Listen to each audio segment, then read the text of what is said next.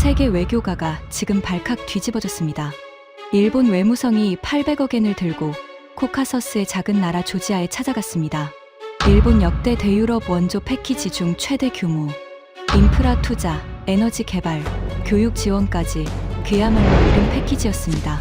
조지아 쪽에서 감격의 눈물을 흘리며 두 손 들어 환영할 줄 알았습니다. 그런데 말입니다. 조지아 외무장관의 입에서 나온 첫 마디가 일본 외교 역사상 가장 치욕적인 한마디였습니다. 그 충격적인 전말을 지금 공개합니다. 시작하기 전 구독과 좋아요, 그리고 대한민국 화이팅 댓글로 한국을 응원해주세요. 제 이름은 나카무라 게니치. 일본 외무성에서 32년을 복무한 유라시아 과장 출신입니다. 모스크바 주재 3년, 바쿠 주재 2년, 카자흐스탄 대사관 참사관 4년, 유라시아 전문가라는 타이틀을 달고 정년까지 달려온 사나이입니다. 외무성 내에서 저를 모르는 사람은 없었습니다. 코카서스와 중앙아시아에서 일본의 영향력을 넓히는 게 제 평생의 업무였고 자부심이었습니다. 저는 확신하고 있었습니다. 외교란 결국 숫자의 게임이라고, 더 많이 주는 자가 이기는 것이라고. 32년 동안 그 공식은 단 한 번도 틀린 적이 없었습니다. 그런데 그 확신이 산산조각 난 날이 왔습니다. 시작은 약 6개월 전이었습니다. 외무성 5층 대회의실. 유라시아국 간부 회의가 열렸습니다. 회의 테이블 위에 놓인 보고서의 제목이 제 눈에 들어왔습니다. 조지아 진출 전략 수정안, 한국 선점 현황 분석. 저는 커피잔을 내려놓으며 속으로 코웃음을 쳤습니다. 한국이라고요? 인구 5천만의 그 작은 나라가 조지아에서 뭘 선점했다는 겁니까? 보고서를 넘기는 순간 심장이 덜컥 내려앉았습니다. 조지아 가전시장 점유율 삼성 38%, LG 22%, 자동차 시장 현대 기아 합산 41%, 건설 수주 한국 기업이 최근 3년간 17건 연속 수주, 일본 기업은 0건이었습니다. 숫자가 거짓말을 하고 있는 것처럼 보였습니다. 제 오른쪽에 앉은 하야시 도모이로가 보고서를 훑어보더니 콧방귀를 뀌었습니다. 하야시는 외무성 기획관으로 저보다 15년 후배였지만 입이 거칠기로 유명했습니다. 도쿄대 법학부 출신의 엘리트 의식이 뼛속까지 박힌 녀석이었죠. 나카무라 선배, 이거 웃기지 않습니까? 한국이 조지아에서 돈을 좀 벌었다고 해서 우리가 뭘 걱정합니까? 우리가 800억엔 들고 가면 게임 끝이에요. 한국이 뭘 좋겠습니까? 기껏해야 냉장고 몇 대, 자동차 몇 대 팔아먹은 게 전부일 텐데. 회의실에 있던 간부 8명이 고개를 끄덕였습니다.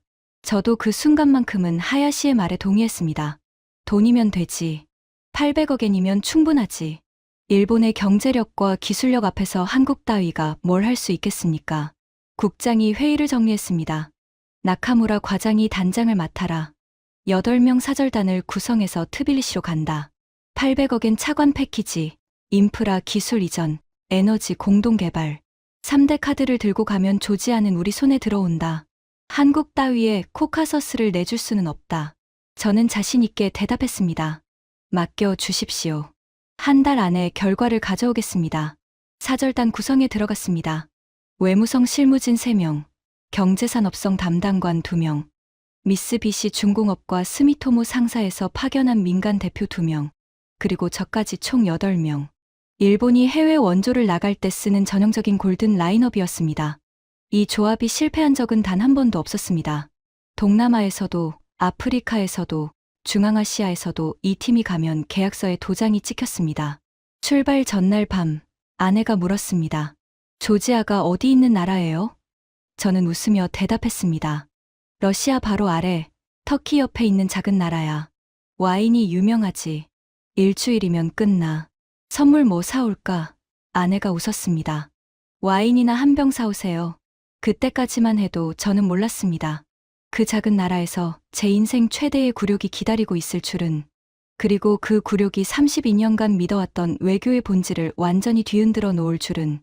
비행기가 트빌리시 국제공항에 착륙했을 때 창밖으로 코카서스 산맥이 보였습니다. 만년설을 이고 있는 봉우리들이 장엄했습니다. 저는 속으로 생각했습니다. 이렇게 아름다운 나라인데 경제가 어려우니 일본의 손길이 절실하겠지. 800억엔이면 이 나라 국가 예산의 상당 부분입니다. 고마워서 눈물을 흘릴지도 모릅니다. 하야시가 제 옆에서 넥타이를 고쳐 매며 씩 웃었습니다. 선배, 레드 카펫 깔아놨을까요? 제가 웃었습니다. 설마 그 정도까지야.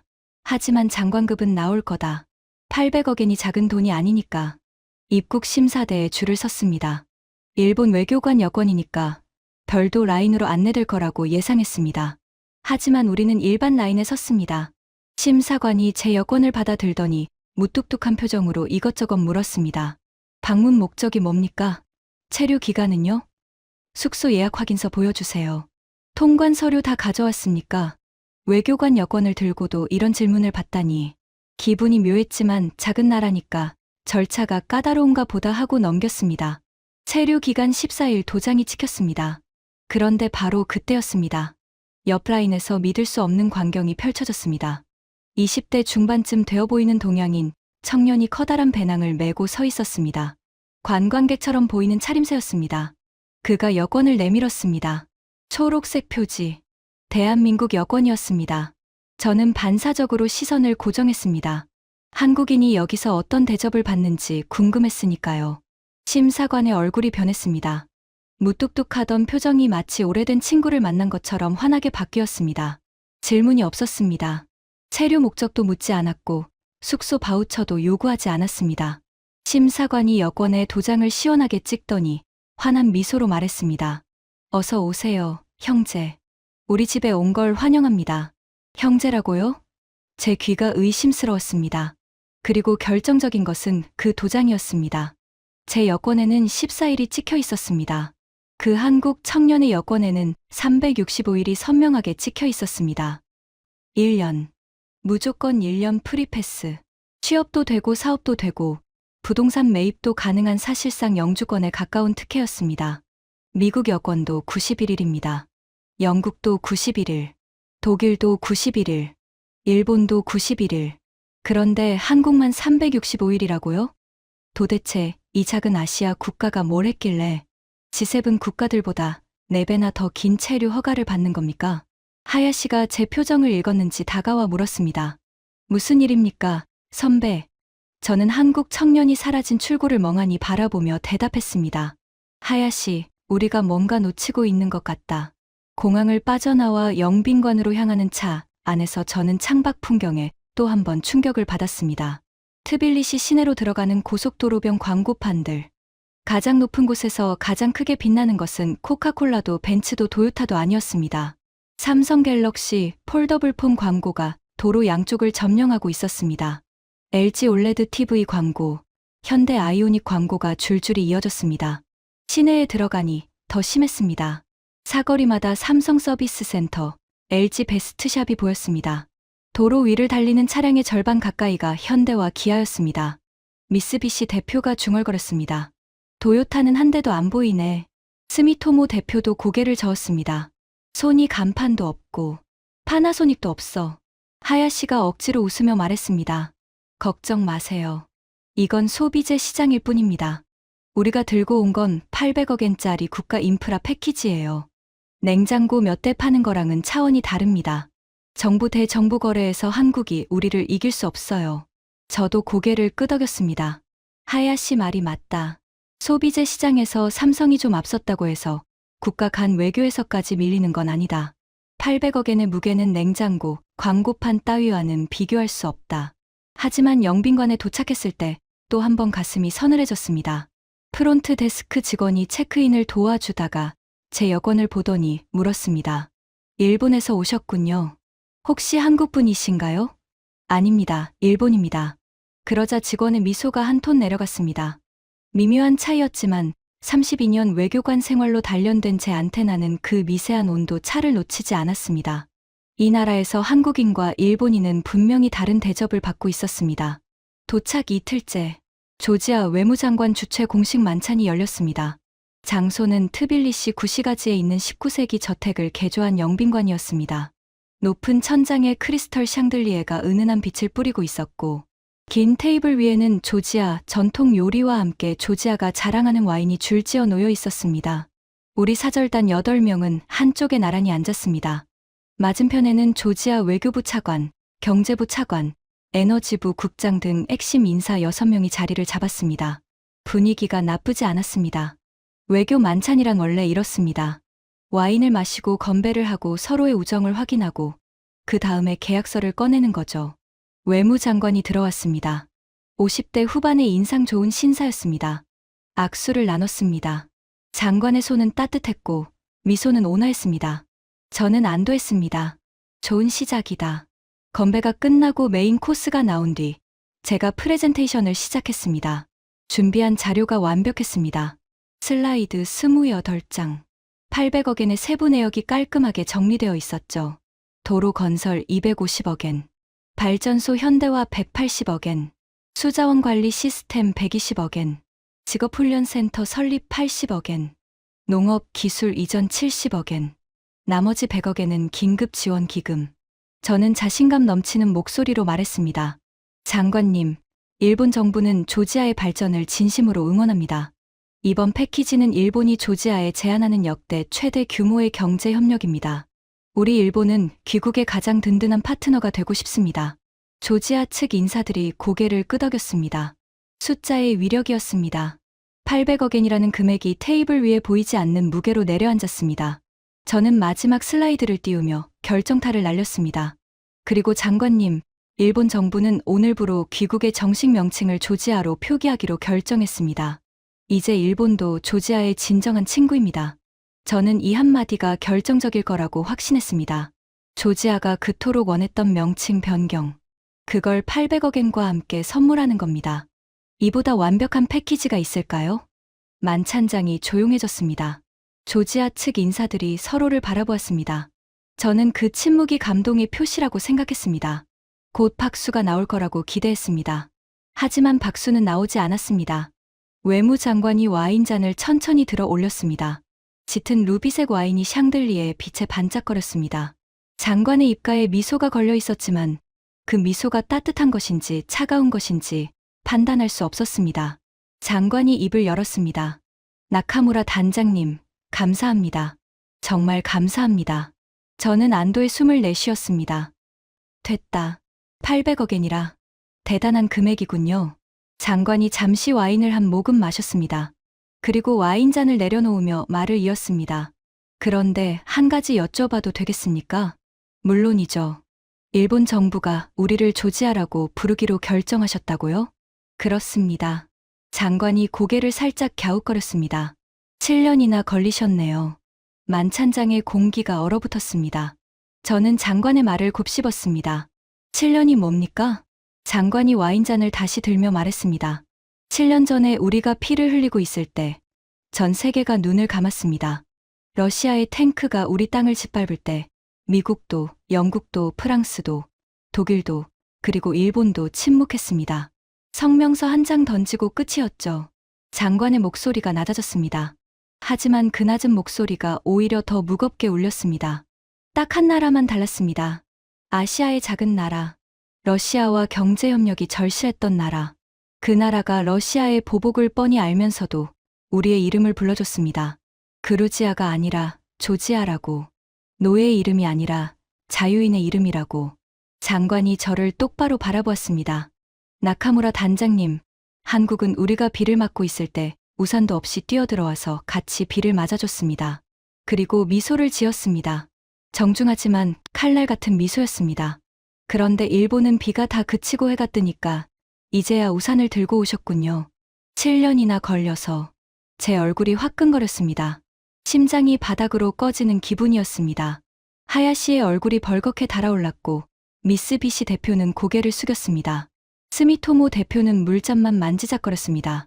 장관이 부드러운 톤으로 말을 이었습니다. 물론 우산은 고맙게 받겠습니다. 800억엔은 큰 돈입니다. 우리 국민에게 도움이 될 겁니다. 하지만 솔직히 말씀드리죠. 장관이 잠시 말을 멈추었습니다. 만찬장에는 숨소리만 들렸습니다. 돈으로 살 수 있는 것과 없는 것이 있습니다. 한국은 우리에게 돈을 준 적이 없습니다. 냉장고를 좀 팔고 자동차를 좀 판 게 전부죠. 하지만 한국이 우리에게 준 건 돈보다 더 귀한 것이었습니다. 존엄이었습니다. 우리의 이름을 되찾아 준 겁니다. 그 값을 어떻게 매깁니까? 장관이 와인잔을 높이 들었습니다. 자, 건배합시다. 일본의 우산에 감사하며, 그리고 비를 같이 맞아준 형제를 기억하며. 조지아 측 인사들이 일제히 잔을 들었습니다. 저도 기계적으로 잔을 들었습니다. 하지만 와인 맛은 느껴지지 않았습니다. 입안이 쓰디쓴 모래를 삼킨 것 같았습니다. 만찬이 끝나고 숙소로 돌아오는 차 안에서 아무도 말이 없었습니다. 하야시가 처음으로 입을 열었습니다. 선배, 빨리 철수합시다. 여기서 더 있으면 망신만 더 당합니다. 저는 대답하지 않았습니다. 창밖을 바라보았습니다. 트빌리시의 밤거리에는 삼성 로고가 네온사인처럼 빛나고 있었습니다. 그 빛이 제 얼굴을 비추고 있었지만 저는 그 빛이 따뜻한지 차가운지 분간할 수 없었습니다. 머릿속에서 장관의 말이 메아리치고 있었습니다. 비를 같이 맞아준 형제. 한국이 도대체 뭘 했길래 이 나라가 한국을 형제라고 부르는 겁니까? 이름 하나 바꿔준 게 800억 엔보다 더 대단하다고요? 그게 말이 됩니까? 저는 그날 밤잠을 이루지 못했습니다. 그리고 결심했습니다. 하야시의 말대로 꼬리를 내리고 도쿄로 돌아갈 수도 있었습니다. 하지만 32년 외교관의 자존심이 허락하지 않았습니다. 답을 찾아야 했습니다. 한국이 뭘 했는지, 왜 이 나라 전체가 한국에 미쳐 있는지, 800억 엔으로도 살 수 없는 그것이 무엇인지, 그 답을 찾기 위한 여정이 시작되었습니다. 그리고 그 여정 끝에서 저는 32년 외교관 인생에서 가장 부끄럽고 가장 소중한 진실과 마주하게 됩니다. 다음 날 아침, 하야시가 제 방 문을 두드렸습니다. 선배, 오늘 오후 비행기로 도쿄 돌아갑시다. 여기 더 있어봤자 수모만 당합니다. 어제 만찬 이야기가 이미 외무성에도 보고됐을 겁니다. 빨리 돌아가서 수습하는 게 낫습니다. 저는 면도를 하다 말고 거울 속에 제 얼굴을 바라보았습니다. 58세. 이마에 깊게 팬 주름. 32년 외교관 생활이 새겨놓은 흔적들이었습니다. 저는 면도기를 내려놓으며 말했습니다. 하야시, 너는 먼저 돌아가라. 나는 남겠다. 뭐라고요?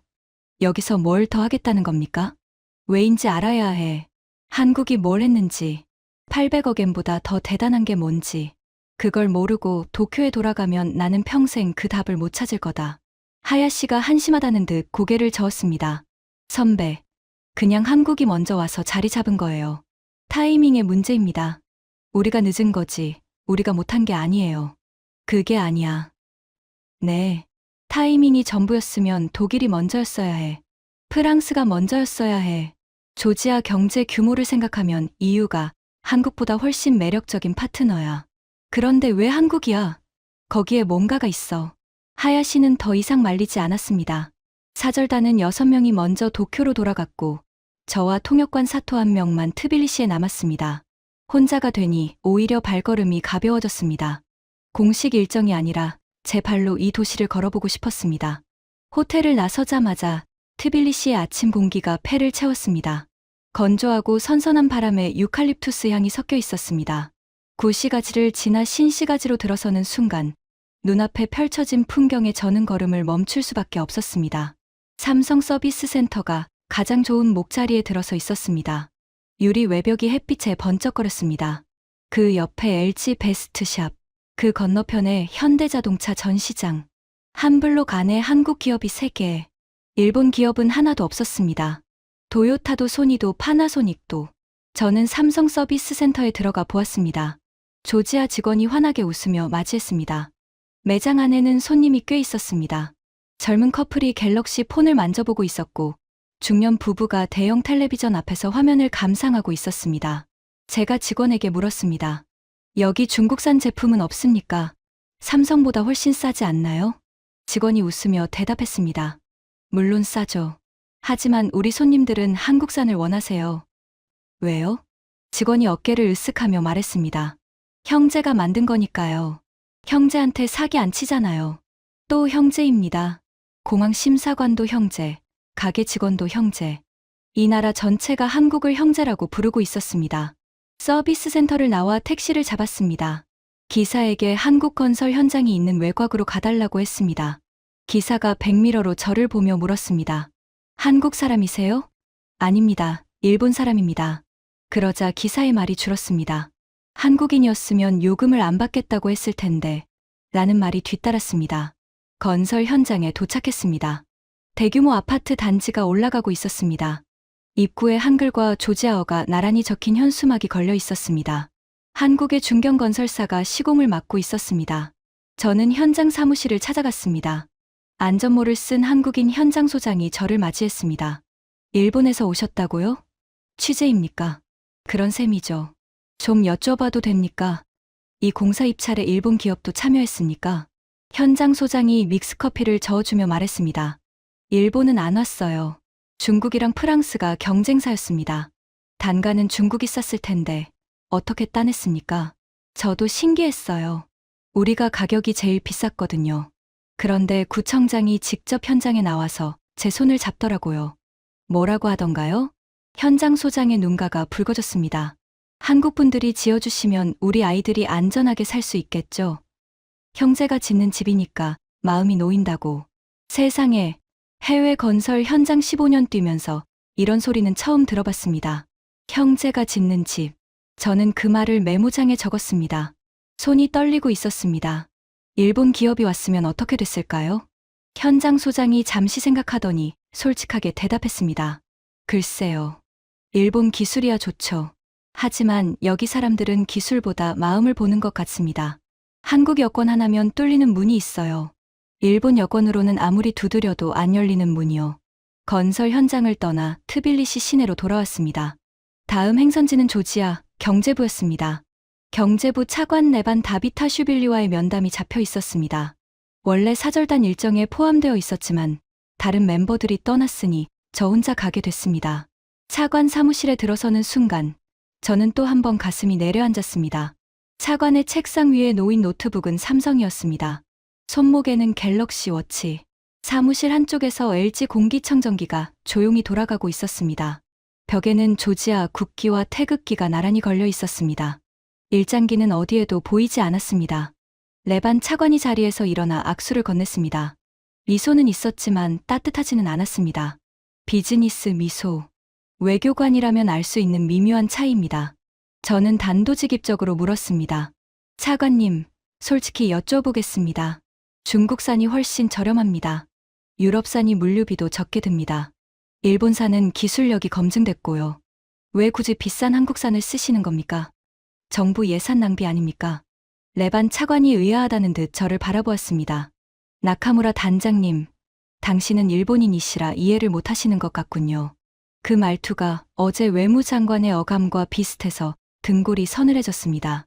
우리는 물건을 사는 게 아닙니다. 신뢰를 사는 겁니다. 신뢰요? 우리 이름을 지켜준 나라가 만든 물건입니다. 품질이야 당연히 좋겠죠. 하지만 품질이 조금 떨어져도 우리는 한국 걸 삽니다. 형제가 만든 거니까요. 형제가 형제한테 불량품을 팔겠습니까? 저는 반박했습니다. 하지만 그건 경제적으로 비합리적인 결정 아닙니까? 국가 예산을 감정으로 집행하면 안 되지 않습니까? 레반 차관이 처음으로 웃었습니다. 진짜 웃음이었습니다. 나카무라 단장님, 그게 바로 일본과 한국의 차이입니다. 무슨 뜻이죠? 일본은 모든 걸 합리적으로 판단합니다.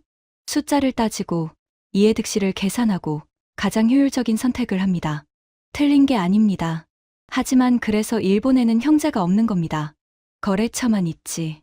그 말이 비수처럼 꽂혔습니다. 거래처만 있고 형제가 없는 나라. 그것이 일본에 대한 조지아의 평가였습니다.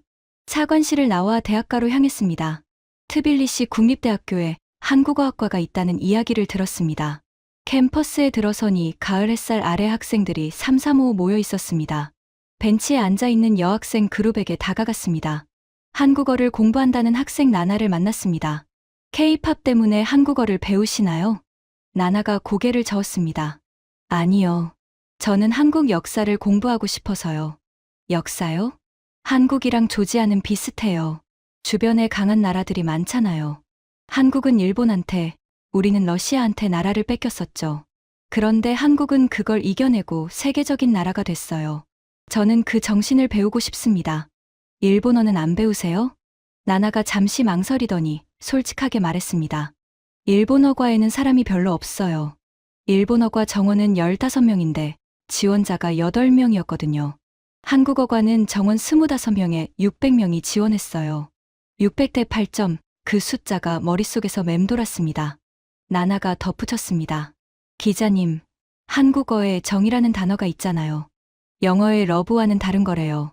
함께 아픔을 겪어야 생기는 마음이래요. 우리는 한국한테 정을 느껴요. 피는 안 섞였지만 아픔이 섞였으니까요. 저는 메모를 멈추었습니다. 펜을 쥔 손이 떨리고 있었습니다. 대학생 소녀의 입에서 나온 그 한마디가 하버드 국제관계학 교과서 어디에서도 본 적 없는 외교 이론이었습니다. 아픔이 섞인 관계, 그것은 계산기로 측정할 수 없는 것이었습니다. 호텔로 돌아오니 하야시에게서 전화가 왔습니다. 선배, 도쿄 분위기 안 좋습니다. 국장이 왜 나카무라가 아직 거기 있냐고 화를 내셨어요. 빨리 돌아오세요.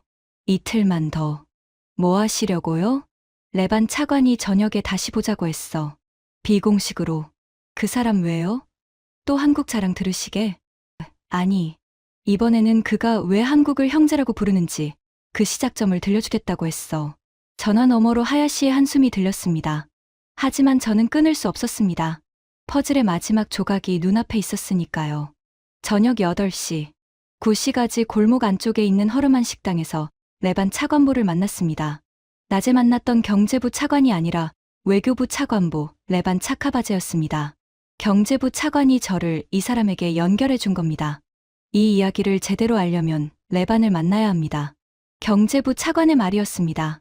식당은 관광객은 절대 못 찾을 만한 곳이었습니다. 낡은 나무 의자, 벽에 걸린 흑백 사진들, 천장에 매달린 포도넝쿨 조명. 레반은 구석 테이블에 앉아 있었습니다. 앞에는 이미 와인 한 병이 놓여 있었습니다. 사페라비, 조지아의 대표 와인이었습니다. 레반은 52세, 외교부 차관보라는 직함이 무색할 만큼 소탈한 인상이었습니다. 정장이 아닌 편한 재킷 차림이었고 눈가에 깊은 주름이 자리 잡고 있었습니다. 하지만 눈동자만큼은 형형하게 빛나고 있었습니다. 나카무라 단장님, 앉으세요.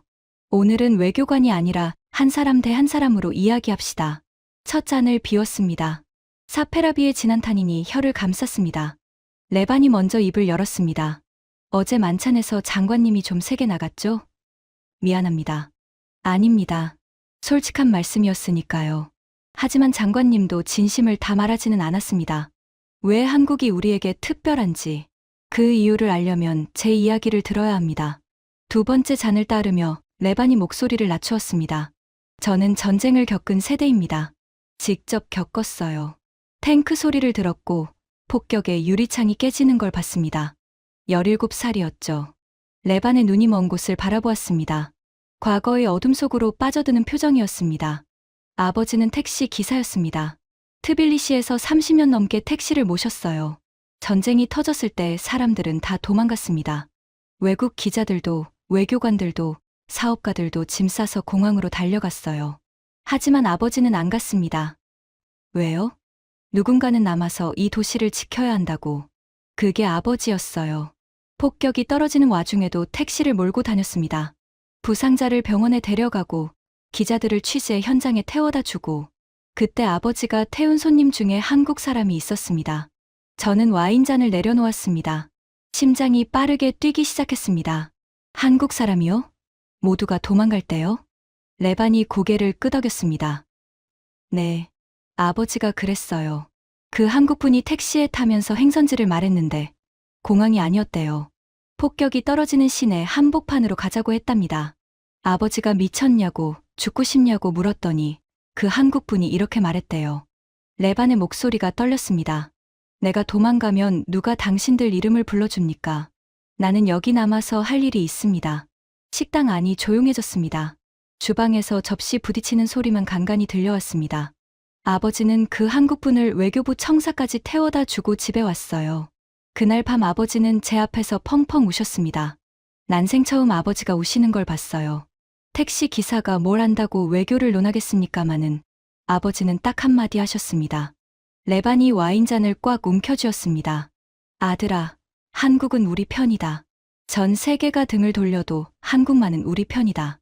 이걸 절대 잊지 마라. 저는 아무 말도 할 수 없었습니다. 목이 메었습니다.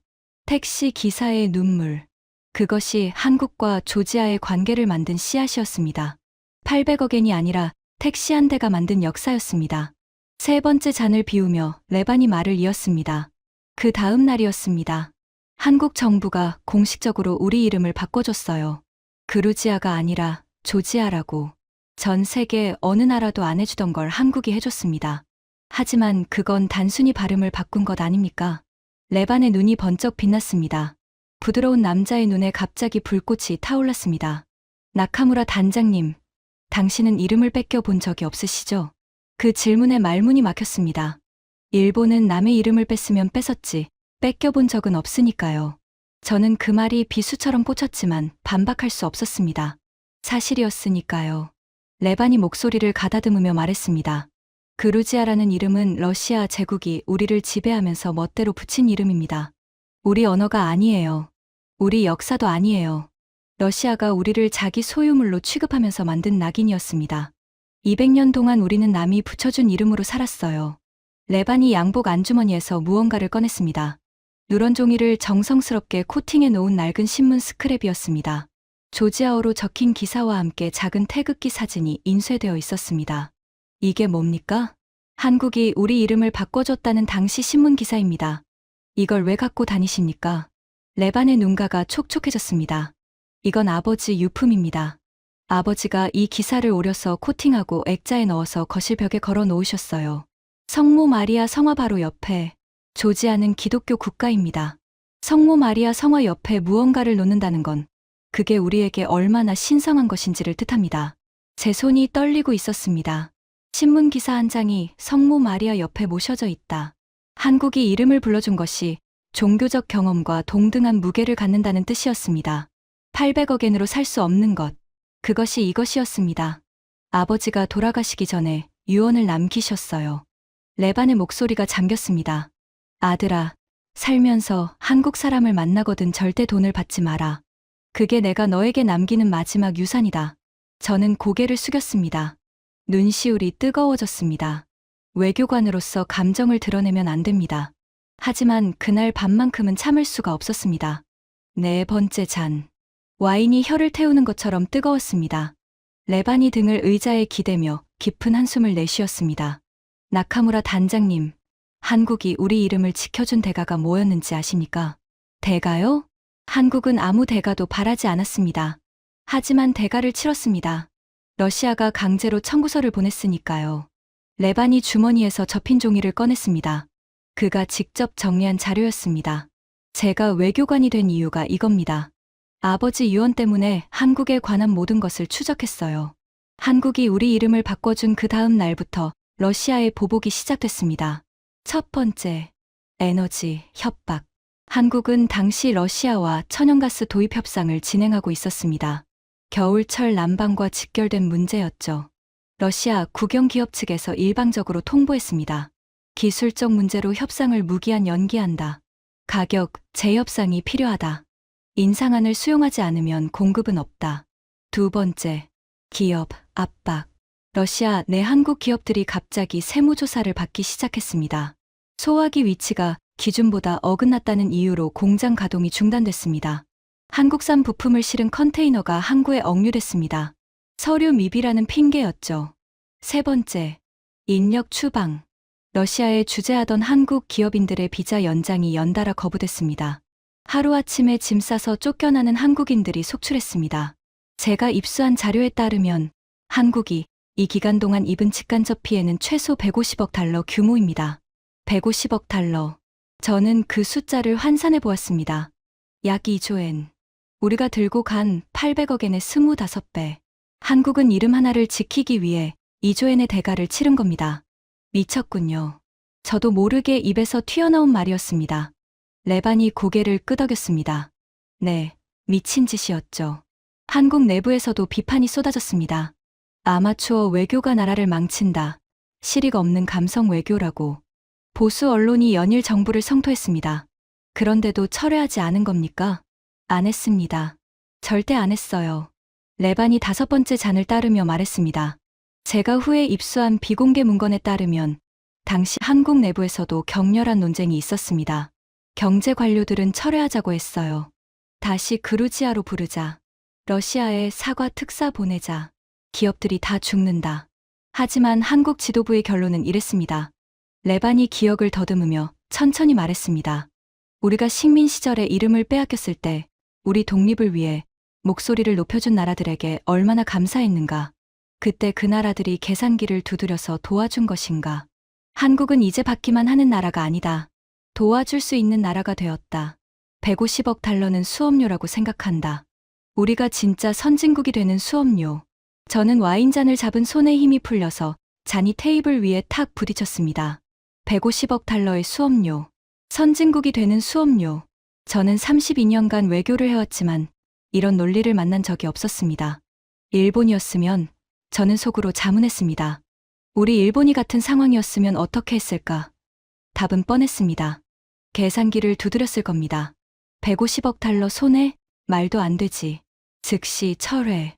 러시아의 사과. 이게 일본 외무성의 매뉴얼입니다. 저 역시 그렇게 건의했을 겁니다. 그런데 한국은 다른 선택을 한 겁니다. 그리고 그 선택이 도미노를 일으켰습니다. 레반이 손가락을 꼽으며 말했습니다. 한국이 선두에 서자 3년 뒤 리투아니아가 따라왔습니다. 그 다음 에스토니아, 라트비아, 발트 3국이 전부 따라왔어요. 그 다음 폴란드, 체코, 헝가리, 러시아의 그림자 아래 숨죽여 살던 나라들이 한국의 뒤를 따랐습니다. 왜요? 왜 한국을 따라간 겁니까? 부끄러웠으니까요. 아시아의 작은 나라도 하는데 유럽 한복판에 있는 우리가 입 다물고 있는 게 자존심 문제였던 거죠. 한국이 불을 질렀고 유럽이 그 불에 대인 겁니다. 레반이 저를 똑바로 바라보며 말했습니다. 그리고 마지막에 일본이 왔습니다. 모든 나라가 바꾼 뒤에 가장 늦게 그 말에 얼굴이 화끈 달아올랐습니다. 가장 늦게, 가장 안전해진 다음에, 러시아의 보복 위험이 사라진 다음에, 계산이 끝난 다음에, 그것이 일본이었습니다. 장관님이 어제 7년이라고 하신 게 이거였군요. 그렇습니다. 한국은 비가 쏟아지는 첫날에 우산도 없이 뛰어들었습니다. 일본은 비가 완전히 개인 7년 뒤에 야, 우산 갖고 왔어 하고 나타났습니다. 장관님이 참으로 정중하게 표현하신 겁니다. 6번째 잔이 비었을 때 밤 11시가 넘어 있었습니다. 식당 주인이 다른 테이블을 치우기 시작했지만 우리 테이블에는 오지 않았습니다. 레반이 단골인 모양이었습니다. 레반 차관보님, 한 가지만 더 여쭤보겠습니다. 뭐든지. 한국인 비자 365일. 이건 누가 만든 정책입니까? 레반이 와인잔을 내려놓으며 천천히 미소를 지었습니다. 그 미소에는 자부심과 그리움이 함께 담겨 있었습니다. 제가 만들었습니다. 심장이 두근거렸습니다. 드디어 퍼즐의 핵심 조각이 나왔습니다. 왜 365일입니까? 미국도 91일인데. 나카무라 단장님, 가족이 집에 놀러 왔는데 3일만 있다 나가라고 합니까? 가족은 있고 싶은 만큼 있는 겁니다. 하지만 내부 반대가 없었습니까? 한국에만 이런 특혜를 주면 다른 나라에서 항의하지 않습니까? 레반이 고개를 끄덕였습니다. 많았죠. 미국 대사관에서 공식 항의가 왔습니다. 왜 미국은 91일이고 한국은 365일이냐고. EU에서도 형평성 문제를 제기했고요. 내부에서도 이민국 관리들이 반대했습니다. 시스템상 불공정하다고. 어떻게 통과시켰습니까? 레반이 자세를 바로잡으며 말했습니다. 대통령에게 직접 보고했습니다. 보고서 딱 한 줄이었어요. 전쟁 때 우리 이름을 불러준 나라의 국민에게 체류 기간 제한을 두는 것은 조지아의 자존심에 어긋납니다. 대통령이 한참을 바라보더니 고개를 끄덕였습니다. 끝이었어요. 한 줄이요? 네. 외교 문서는 두꺼울수록 힘이 약합니다. 진심은 한 줄이면 충분합니다. 저는 메모장을 덮었습니다. 더 이상 기록할 필요가 없었습니다. 모든 것이 명확해졌으니까요. 그러면 어제 만찬에서 장관님이 우리한테 그렇게 말한 것도 레반 차관보님이 건의하신 겁니까? 레반이 살짝 웃었습니다. 저는 건의한 적 없습니다. 장관님의 자유 발언이에요. 하지만 솔직히 말하면 장관님께 일본 사절단이 올 때 한 가지만 기억해달라고 말씀드리긴 했습니다. 뭐라고요? 비 오는 날에 우산을 씌워주는 사람과 해 뜨고 나서 우산 팔러 오는 사람은 다르다고. 그것만 기억해달라고. 저는 눈을 감았습니다. 패배를 인정하는 것은 쉽지 않았습니다. 특히 32년 외교관에게는. 하지만 이것은 패배가 아니었습니다. 처음부터 게임 자체가 달랐습니다. 일본은 800억엔을 들고 왔습니다. 계산기를 두드리고 슬라이드를 만들고 상대가 거절할 수 없는 숫자를 설계했습니다. 그것이 일본 외교의 정석이었습니다. 한국은 빈손으로 왔습니다. 숫자도 없고 슬라이드도 없고 차관 패키지도 없었습니다. 하지만 한국이 들고 온 것은 일본이 32년간 한 번도 가져본 적 없는 것이었습니다. 심장이었습니다. 레반이 마지막 와인을 따르며 물었습니다. 나카무라 단장님, 하나만 물어봐도 됩니까? 네. 그 한국 외교관. 우리 이름을 바꿔준 사람. 러시아 보복으로 좌천됐다는 이야기를 들었습니다. 지금 어디 계신지 아십니까? 모릅니다. 찾아보실 생각 없으세요? 왜요? 레반의 눈가에 눈물이 맺혔습니다. 저는 그분에게 아버지 유언을 전하고 싶습니다. 아버지가 돌아가시면서 가장 마지막에 하신 말이 그 한국 사람 괜찮은지 알아봐라 였거든요. 15년이 지났는데 아직 그 유언을 못 지켰습니다. 저는 와인잔을 내려놓고 레반의 눈을 바라보았습니다. 택시 기사의 유언. 아들이 외교관이 되어서까지 지키지 못한 약속. 한국 외교관 한 명의 결단이 한 가정의 세대를 넘어 이어지고 있었습니다. 찾겠습니다. 저도 모르게 입에서 나온 말이었습니다. 레반이 놀란 눈으로 저를 보았습니다. 당신이요? 일본 사람이? 외교관이기 전에 사람이니까요. 그리고 솔직히 말하면 저도 그분을 만나봐야 할 것 같습니다. 왜요? 우리 일본이 왜 졌는지 그분 입에서 직접 듣고 싶습니다. 레반이 처음으로 활짝 웃었습니다. 식당 주인이 마지막 불을 끌어왔을 때 레반이 저에게 손을 내밀었습니다. 나카무라 단장님, 오늘 저녁 비용은 제가 냅니다. 아닙니다. 제가 내겠습니다.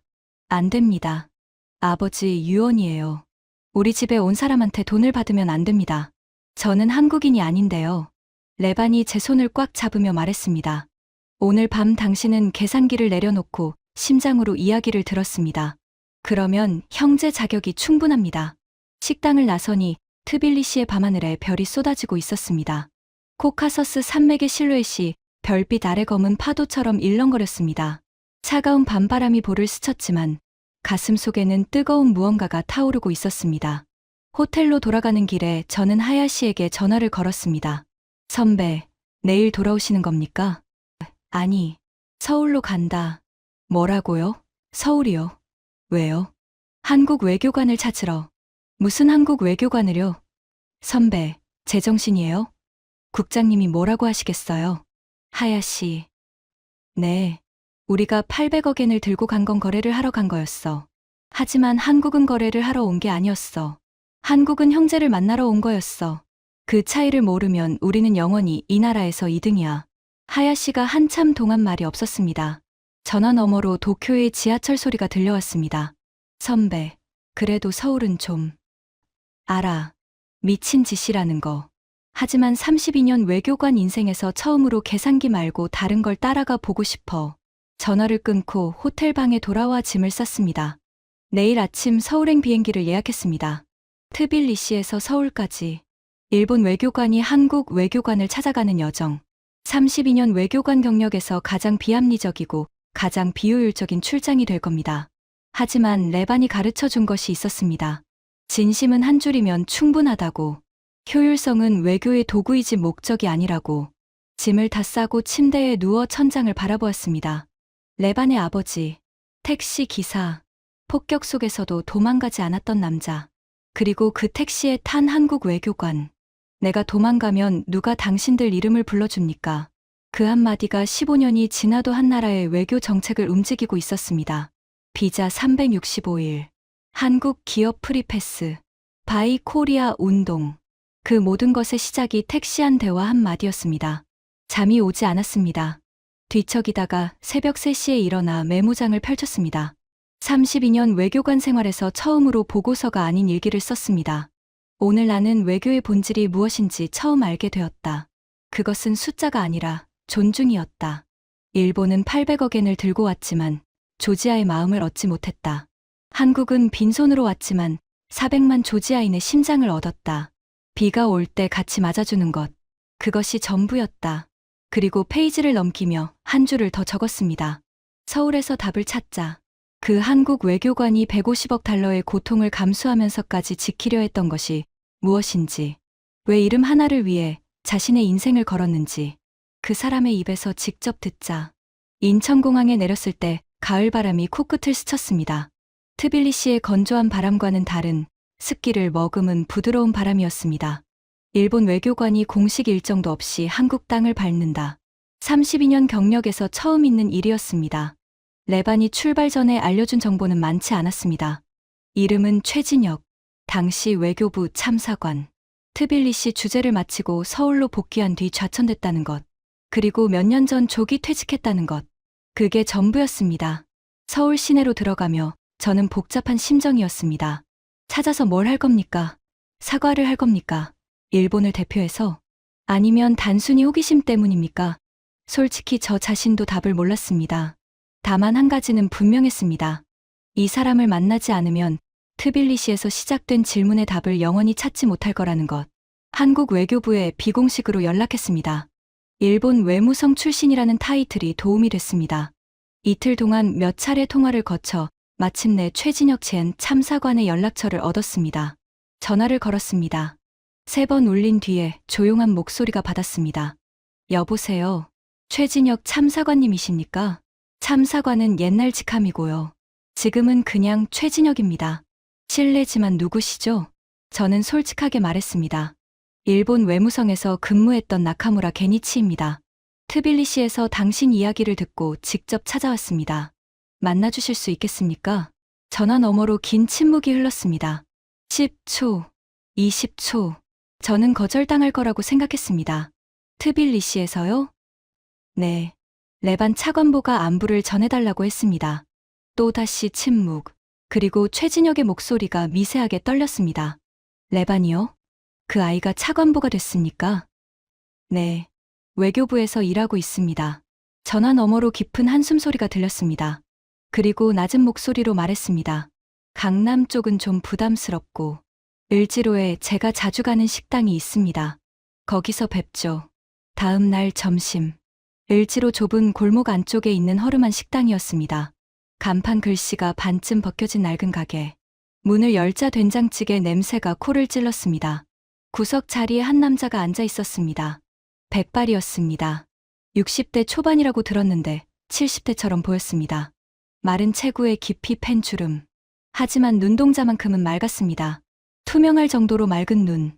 세상의 풍파를 다 겪고 남은 사람의 눈이었습니다. 나카무라 단장님이시죠? 네. 최진혁 참사관님이시죠? 아, 죄송합니다. 최진혁 선생님. 아닙니다. 참사관이든 선생님이든 다 옛날 이야기입니다. 편하게 부르세요. 밥은 드셨어요? 여기 된장찌개가 꽤 괜찮습니다. 된장찌개 2그릇을 시켰습니다. 밥이 나오는 동안 어색한 침묵이 흘렀습니다. 저는 어디서부터 시작해야 할지 몰랐습니다. 하지만 최진혁이 먼저 입을 열었습니다. 레반이가 잘 있습니까? 네. 외교부 차관보입니다. 대단한 사람이더군요. 최진혁의 눈가에 주름이 잡혔습니다. 미소였습니다. 오랜만에 짓는 미소처럼 어색하지만 따뜻한. 택시 기사 아들이 차관보라. 대단하네. 그 아버지가 대단한 분이었으니까. 아버지는 어떻게 되셨습니까? 몇 년 전에 돌아가셨다고 합니다. 최진혁이 숟가락을 내려놓았습니다. 고개를 숙이고 한참 동안 말이 없었습니다. 어깨가 미세하게 떨리고 있었습니다. 좋은 분이었는데 그 한마디에 15년의 세월이 담겨 있었습니다.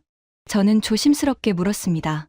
최 선생님, 무례한 질문인 줄 알지만 여쭤보겠습니다. 당시 명칭 변경을 추진하면서 러시아 보복이 올 거라는 걸 아셨습니까? 알았죠. 그런데도 추진하셨습니까? 네. 왜요? 최진혁이 된장찌개를 한 숟가락 뜨며 말했습니다. 담담한 목소리였습니다. 마치 날씨 이야기를 하듯. 우리도 이름을 빼앗긴 적이 있으니까요. 그 한마디에 저는 숟가락을 놓았습니다. 일본이 한국의 이름을 빼앗은 적이 있다. 창씨 개명. 일본 제국이 조선인에게 일본식 이름을 강요한 역사. 저는 그 역사를 알고 있었지만 이 맥락에서 마주하니 심장이 쪼이는 것 같았습니다. 우리 할머니 본명은 김순이었습니다. 하지만 일본이 가네야마 준코로 바꿨죠. 할머니는 해방되고 나서도 한동안 본명을 쓰지 못했어요. 이름을 빼앗기면 자기가 누군지를 잊어버립니다. 최진혁이 저를 바라보았습니다. 원망이 아니었습니다. 그냥 사실을 전달하는 눈빛이었습니다. 조지아에 갔을 때 그 나라 사람들이 자기네 이름을 되찾고 싶어 한다는 걸 알았습니다. 그루지아는 러시아가 붙인 이름이에요. 우리 할머니의 가네야마와 똑같은 겁니다. 제가 그걸 모른 척 할 수 있었겠습니까? 하지만 150억 달러의 피해가 있었습니다. 알고 있었습니다. 그래도요? 최진혁이 양복 안주머니에서 무언가를 꺼냈습니다. 접히고 또 접힌 편지 한 통. 누런 봉투에 조지아어가 적혀 있었습니다. 모서리가 닳아 보풀이 일어나 있었습니다. 수십 번, 수백 번 꺼내 읽은 흔적이었습니다. 이건 뭡니까? 제가 좌천되고 나서 1년 뒤에 조지아에서 온 편지입니다. 누가 보낸 겁니까? 레반의 아버지, 택시 기사 아저씨. 저는 숨을 멈추었습니다. 조지아어로 적혀 있어서 번역을 부탁했습니다. 내용은 짧았어요. 최진혁이 편지를 펼치지는 않았습니다. 이미 외우고 있었으니까요. 당신 덕분에 우리 아이들이 자기 이름으로 살 수 있게 됐습니다. 당신이 어떤 고통을 겪고 있든 우리 가족은 매일 밤 당신을 위해 기도합니다. 조지아에서 당신의 형제가. 식당 안이 흐릿해졌습니다. 제 눈에 물이 차올라서였습니다. 일본 외교관이 한국 식당에서 울고 있었습니다. 하지만 부끄럽지 않았습니다. 이 편지 하나면 150억 달러가 아깝지 않습니다. 최진혁이 편지를 다시 품에 넣으며 말했습니다. 담담했지만 그 담담함 뒤에 15년의 무게가 있었습니다. 좌천되고 승진에서 밀리고 아내와 사이가 나빠져서 결국 갈라섰습니다. 아들이랑도 한동안 연락을 끊었어요. 외교부에서도 저를 골치덩이 취급했습니다. 다들 입을 모아 말하더군요. 쓸데없는 짓 해서 나라에 피해 끼친 놈이라고. 후회하셨습니까? 최진혁이 고개를 저었습니다. 한 번도. 이 편지를 품에 넣고 다니면 후회가 안 됩니다. 400만 조지아인이 자기 이름으로 사는 게 제 경력 한 번 망가진 것보다 훨씬 가치 있으니까요. 그때 식당 문이 열렸습니다. 차가운 가을바람과 함께한 남자가 들어왔습니다. 50대 초반. 코트 차림에 붉어진 눈. 레반 차카바제였습니다. 저는 놀라서 자리에서 일어났습니다. 레반이 서울에 왔다고요? 제가 물었습니다. 언제 오신 겁니까? 레반이 저를 보며 미소 지었습니다. 나카무라 단장님이 서울로 간다고 하셨을 때 저도 비행기를 탔습니다. 15년을 기다렸는데 하루를 더 기다릴 수 없었어요. 레반이 최진혁 앞에 섰습니다. 두 사람의 눈이 마주쳤습니다. 15년 만이었습니다. 최진혁이 천천히 자리에서 일어났습니다. 레반의 눈에서 눈물이 흘러내렸습니다. 한마디도 하지 못하고 최진혁을 껴안았습니다. 허름한 을지로 식당에서 조지아 외교관과 한국 전직 외교관이 부둥켜 안고 울고 있었습니다. 한참 뒤에 레반이 코트 안주머니에서 작은 상자를 꺼냈습니다. 검은 벨벳 상자. 열자 안에 금빛 메달이 놓여 있었습니다. 조지아 우정 훈장이었습니다. 최진혁 참사관님, 조지아 정부를 대표하여 이 훈장을 수여합니다.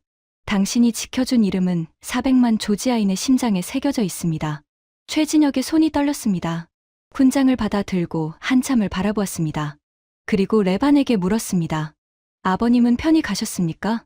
레반이 고개를 끄덕이며 울먹였습니다. 마지막까지 한국 이야기를 하셨어요. 그 한국 사람 괜찮은지 알아봐라. 그게 마지막 말이었습니다. 최진혁이 훈장 상자를 꼭 쥐고 눈을 감았습니다. 입술이 파르르 떨렸습니다. 아무 말도 없었지만 그 침묵이 어떤 연설보다 무거웠습니다. 그때 최진혁의 주머니에서 전화가 울렸습니다. 화면을 보더니 멈칫했습니다. 얼굴의 당혹과 그리움이 동시에 스쳤습니다. 레반이 고개를 끄덕이며 말했습니다. 받으세요. 최진혁이 전화를 받았습니다. 여보세요? 전화 너머로 젊은 남자의 목소리가 들렸습니다. 아버지, 저 준혁이에요. 외교부 후배한테 들었어요. 조지아에서 훈장을 받으신다면서요? 최진혁의 눈에서 눈물이 떨어졌습니다.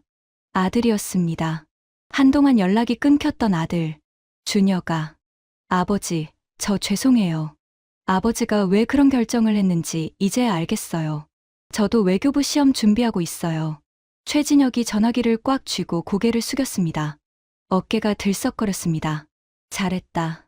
잘했어, 준혁아. 저는 그 장면을 바라보면서 마지막 퍼즐 조각이 맞춰지는 것을 느꼈습니다.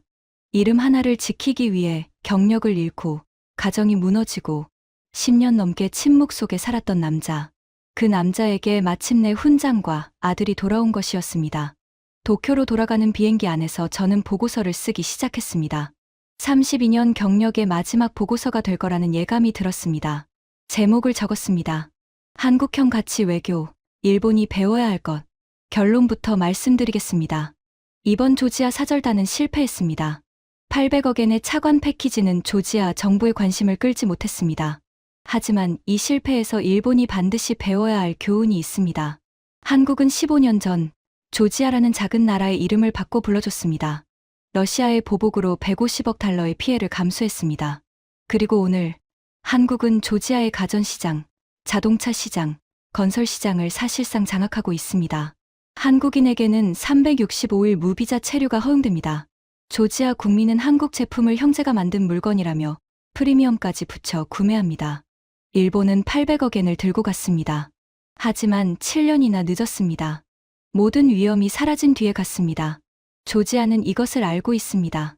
비가 올 때 우산을 씌워주는 사람과 해가 뜬 뒤에 우산을 팔러 오는 사람의 차이를. 일본 외교는 세계 최고 수준의 계산 능력을 갖추고 있습니다. 이해득실 분석, 리스크 평가, 투자 대비 수익률. 어떤 나라보다 정교합니다. 하지만 조지아에서 깨달았습니다. 계산기로는 형제를 만들 수 없습니다. 거래처만 만들 수 있을 뿐. 보고서를 다 쓰고 좌석에 등을 기댔습니다. 착륙까지 2시간. 이 보고서가 외무성에서 어떤 반응을 받을지 뻔했습니다. 비현실적이다. 감정적이다. 외교에 이런 건 없다. 하야시가 뭐라고 할지도 뻔했습니다. 나리타 공항에 내렸을 때 하야시가 마중 나와 있었습니다. 선배, 국장님이 기다리십니다. 알아. 보고서 쓰셨습니까? 썼다. 선배, 솔직히 말하겠습니다. 도쿄에서 선배 이야기가 퍼졌습니다. 일본 외무성 간부가 조지아에서 공개 모욕당하고 미련 없이 사절단 해산하고 혼자 한국에 가서 한국 외교관을 찾아다녔다고. 좋게 말하면 집념이고 나쁘게 말하면 미친 겁니다. 하야시, 보고서를 먼저 읽어봐. 하야시에게 보고서 사본을 건넸습니다. 택시 안에서 하야시가 읽기 시작했습니다. 처음에는 콧방귀를 뀌며 읽더니 중간쯤에서 페이지 넘기는 속도가 느려졌습니다. 마지막 장을 읽을 때 하야시의 표정이 굳어 있었습니다. 택시가 외무성 청사 앞에 멈췄을 때 하야시가 말했습니다. 선배. 응. 제가 한국 따위라고 말한 거 기억하세요? 첫 회의 때. 기억한다. 하야시가 보고서를 무릎 위에 내려놓으며 말했습니다. 그 거만하던 도쿄대 출신의 눈에 처음으로 당혹스러움이 서려 있었습니다. 우리가 틀렸습니다. 아니, 우리가 틀린 게 아니라 처음부터 다른 시험을 보고 있었던 거네요. 우리는 수학 시험을 봤는데 한국은 도덕 시험을 본 거잖아요. 저는 웃었습니다. 하야시답지 않은 비유였지만 정확한 비유였습니다. 국장에게 보고서를 제출했습니다. 국장이 한참 읽더니 안경을 벗고 저를 바라보았습니다. 나카무라, 이 보고서 제목이 마음에 안 든다. 그렇습니까? 한국형 가치 외교? 이건 한국을 칭찬하는 보고서야. 외무성에서 쓸 수 있는 보고서가 아니다. 하지만 사실입니다. 국장이 한숨을 쉬었습니다. 사실이 다 보고서가 되는 건 아니야. 저는 알고 있었습니다. 이 보고서가 서류함 깊숙이 묻힐 거라는 것을. 일본 외무성이 공식적으로 한국을 배워야 한다고 인정하는 것은 불가능에 가까웠습니다. 하지만 상관없었습니다. 이 보고서는 외무성을 위한 것이 아니었으니까요. 32년간 계산기만 두드렸던 나카무라 게니치가 처음으로 심장으로 쓴 문서였으니까요. 그로부터 시간이 흘렀습니다. 저는 정년 퇴직했습니다. 32년 외무성 생활의 마지막은 화려하지 않았습니다. 조지아 사절단의 실패는 경력에 흠이 됐고 한국을 배우자는 보고서는 조직 내에서 비웃음을 샀습니다. 하지만 저는 후회하지 않습니다. 레바는 지금도 조지아 외교부에서 일하고 있습니다. 올해 한국과 조지아의 경제협력 규모는 사상 최대를 기록했습니다. 비자 365일 정책은 유지되고 있으며 한국인 방문객은 해마다 늘고 있습니다. 트빌리시 대학 한국어과 경쟁률은 올해도 20대 1을 넘었습니다. 최진혁 참사관은 서울 근교에서 조용히 살고 있습니다. 아들 준혁이가 외교부 시험에 합격했다는 소식을 들었습니다. 조지아 훈장은 거실 벽에 걸려 있고 품에 넣고 다니던 편지는 이제 액자에 넣었다고 합니다. 하야시는 아직 외무성에 있습니다. 한 달 전에 저에게 전화가 왔습니다. 선배, 외무성에서 같이 외교 연구팀이 신설됐습니다. 제가 팀장을 맡았습니다. 선배 보고서가 결국 움직인 겁니다. 저는 전화기를 잡고 오랫동안 웃었습니다. 가끔 밤에 잠이 오지 않을 때 저는 트빌리시의 그 허름한 식당을 떠올립니다. 사페라비 와인의 진한 탄닌 맛, 레반의 떨리는 목소리, 성모 마리아 옆에 모셔진 신문기사, 택시 기사의 유언. 한국 사람한테 절대 돈을 받지 마라. 저는 32년간 외교란 숫자의 게임이라고 믿었습니다. 더 많이 주는 자가 이기는 게임이라고. 800억엔이면 충분하다고. 하지만 조지아에서 배웠습니다. 외교의 본질은 숫자가 아니라 이름이었습니다. 상대방의 이름을 불러주는 것. 상대방이 원하는 이름으로 불러주는 것. 그게 800억엔보다 무거웠습니다. 한국은 빈손으로 갔습니다. 하지만 이름 하나를 들고 갔습니다. 그루지아가 아니라 조지아라고. 노예의 이름이 아니라 자유인의 이름이라고. 그 한마디가 15년이 지나도 400만 인구의 심장을 뛰게 하고 있습니다. 일본은 800억엔을 들고 갔습니다. 그리고 7년이나 늦었다는 말을 듣고 돌아왔습니다. 우리는 지갑을 열었고 한국은 심장을 열었습니다. 그 차이를 저는 평생 잊지 못할 겁니다. 비가 올 때 같이 맞아주는 것. 그것이 진짜 외교이고 진짜 형제입니다. 지금까지 일본 외무성 32년 경력의 외교관이 트빌리시에서 경험한 충격적인 이야기였습니다. 이름 하나를 지켜준 나라가 400만 국민의 형제가 된 이 이야기를 널리 공유해 주세요. 대한민국의 외교가 얼마나 대단한지 더 많은 분들이 알아야 합니다. 구독과 좋아요도 부탁드립니다. 지금까지 감동테라였습니다. 감사합니다.